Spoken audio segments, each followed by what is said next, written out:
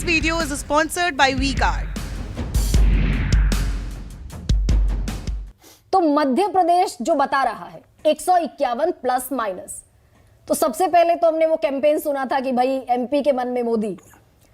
तो ये मैंडेट 165 जनसभाओं के बाद शिवराज सिंह चौहान का मैंडेट है या प्रधानमंत्री नरेंद्र मोदी का जादू चल? देखिए गरिमा जी, अगर मैंडेट यही आता है, ये जरूर है कि बीजेपी ने शिवराज सिंह चौहान को मुख्यमंत्री के चेहरे के रूप में पेश नहीं किया, जिसका आपने जिक्र किया कैंपेन का, मोदी एमपी के मन में मोदी, ये सारी चीजें हो रही थी। लेकिन अगर मैंडेट ये आता है तो इन सब के बावजूद मुझे लगता है कि ये मैंडेट शिवराज सिंह चौहान के लिए होगा। आपने 165 रैलियों का जिक्र किया, शिवराज सिंह चौहान ने पूरा दमखम लगाया है बीजेपी के तरफ से, पुरजोर तरीके से कैंपेन किया। तो मेरे हिसाब से तो अगर मैंडेट यही है तो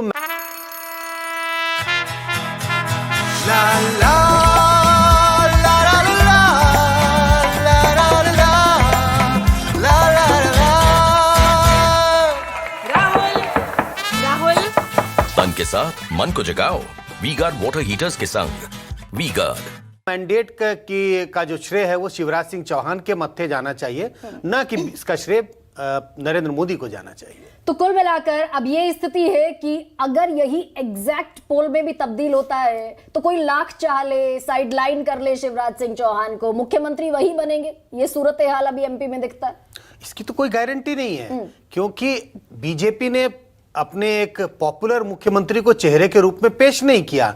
यह साफ संकेत है कि बीजेपी के जो सेंट्रल लीडरशिप है, कम से कम उनका भरोसा शिवराज सिंह चौहान के चेहरे पर नहीं था। कम से कम उन्होंने ऐसा एक असेसमेंट किया ग्राउंड से, क्योंकि उनके चेहरे के सहारे बीजेपी चुनाव जीतने में सफल नहीं होगी। लेकिन अब चुनाव जीत जाने के बाद क्या बीजेपी के जो सेंट्रल लीडरशिप है क्या तय करती है, इसका जवाब तो मेरे पास नहीं है गर्मा जी इस वक्त। नहीं क्या, लेकिन आपका अनुमान कि भाई इतने क्लियर मैंडेट के बाद, इसके पिछले चुनाव में बीजेपी ने जीती थी 109 सीटें, इसके पिछले चुनाव में 165 सीटें, तो इतने क्लियर मैंडेट के बावजूद क्या ये रिस्क भारतीय जनता पार्टी उठा पाने की स्थिति में है, ये जोखिम?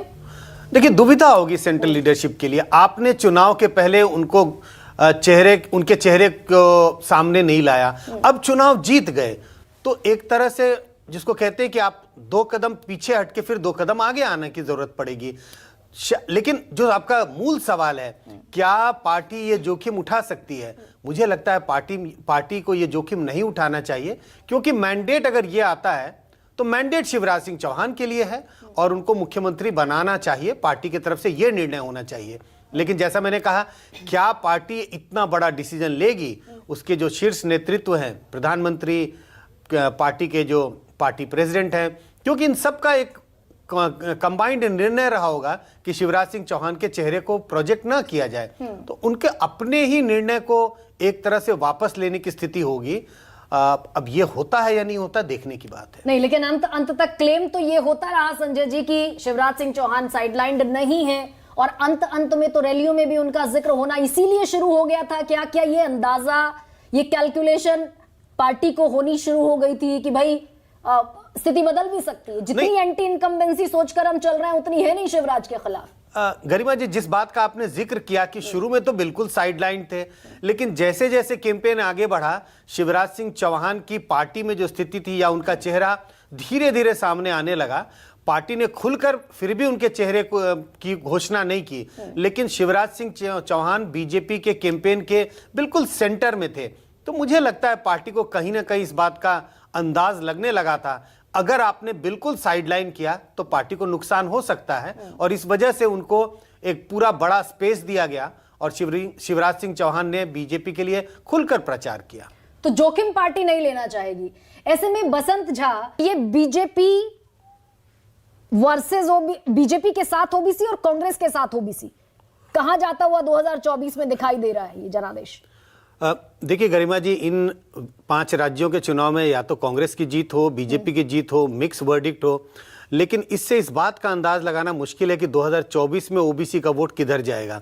अगर बड़ी संख्या में ओबीसी का वोट कांग्रेस की तरफ शिफ्ट होता है इन राज्यों के चुनाव में, तब तो इसके संकेत मिलने लगेंगे कि 2024 के लोकसभा चुनाव में ओबीसी में शिफ्ट आने की गुंजाइश है।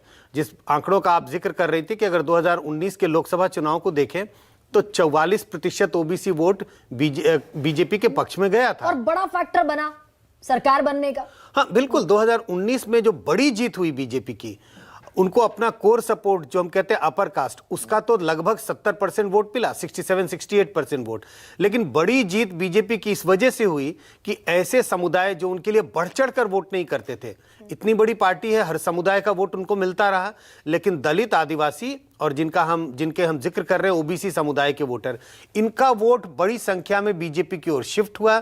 बीजेपी का वोट 2014 में जो 31% था, 34%, हाँ, वो बढ़ के ओबीसी का वोट बैंक 34 था 2014। नहीं, मैं कह रहा हूं बीजेपी का वोट 31% से बढ़ के 37% होता है। इसमें इनमें ओबीसी के वोट का, दलितों के वोट का और आदिवासियों के वोट का बहुत योगदान था।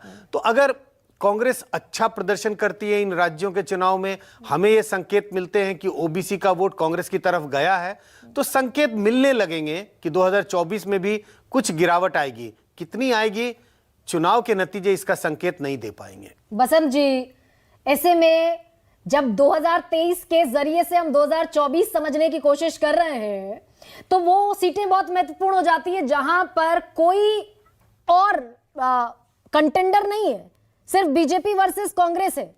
तो क्या ये 4 राज्यों में से 3 की जीत कांग्रेस को ऐसा कोई संजीवनी देगी कि 192 सीटें, जहां पर क्लोज फाइट तो नहीं कहूंगी मैं, 1-to-1 फाइट है बीजेपी वर्सेस कांग्रेस, और जीत कर ले जाती है बीजेपी 176 सीटें। This video is sponsored by WeGuard.